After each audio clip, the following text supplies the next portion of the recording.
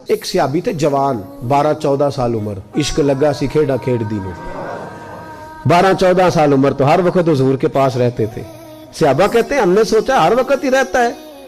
ایک دن نبی پاک صلی اللہ علیہ وسلم نے کہا ان کو ذرا بتاؤں تو صحیح ہے مجھ سے پیار کتنا کرتا ہے۔ صحابہ کو تجربہ کرانے کے لیے حضور نے اس سے کہا مجھ سے پیار کرتے ہو؟ اس نے کہا بیبا آپ کو پتہ ہی ہے سارا۔ تو حضور نے فرمایا جاؤ اپنے باپ کی گردن کاٹ کے لاؤ۔ کس کی؟ اوکھا جے بابا کام، ہاں اپنے باپ کی گردن کاٹ کے لاؤ۔ 12-14 سال عمر، چھلانگ لگائی۔ مسجد نبوی کے دروازے پر مولا علی شیر خدا کھڑے تھے، ان کی گردن میں تیر کمان تلوار تھی، کھینچی تلوار، اور جب دوڑے نا جذبات میں تو حضور نے فرمایا اسے پکڑ لاؤ، اس نے سچ مچ کاٹ کے لے آنی ہے، لے آؤ پکڑ کے۔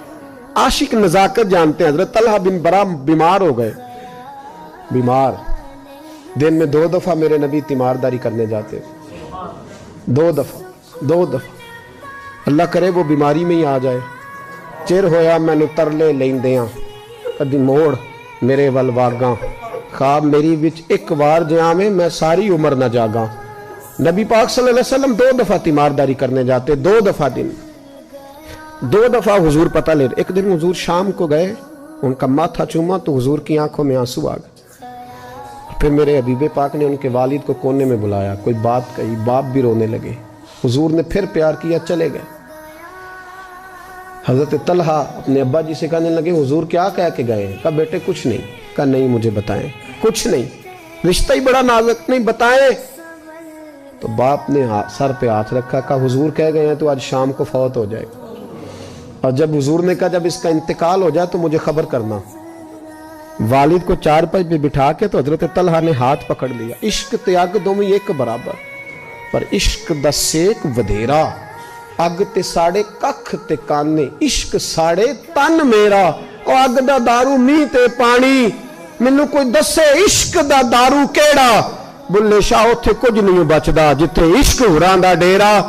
ہاتھ پکڑا باپ کا اور کہنے لگے ابا جی ایک وعدہ کرو، رات کو جب میں فوت ہو جاؤں تو نبی پاک کو اطلاع نہیں دینی، خبر۔ کہا بیٹے حضور کہہ گئے ہیں دینی ہے، تو کہتا نہیں دینی، کیوں؟ عاشق نزاکت جانتے ہیں، اگرچہ 12-14 سال عمر تھی پر عشق پکا تھا نا، نزاکت سمجھتے تھے۔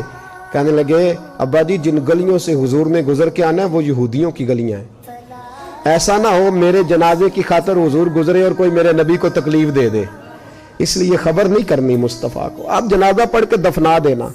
رات کو انتقال ہوا، باپ نے جنازہ پڑھا، دفن کیا، سارا کچھ جاننے والے رسول آئے۔ کہا مجھے بتایا کیوں نہیں؟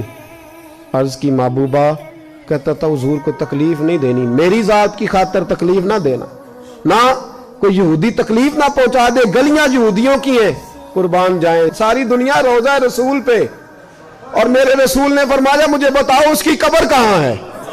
ساری دنیا روضہ رسول پہ، اور نبی پاک اس غلام کی قبر پہ کھڑے آنسو بہہ رہے ہیں۔ صحابہ کہتے ہیں ہر قبر پہ دعا یہ ہوتی تھی یا اللہ قبر کشادہ کر دے، یا اللہ اس کا حساب آسان کر دے۔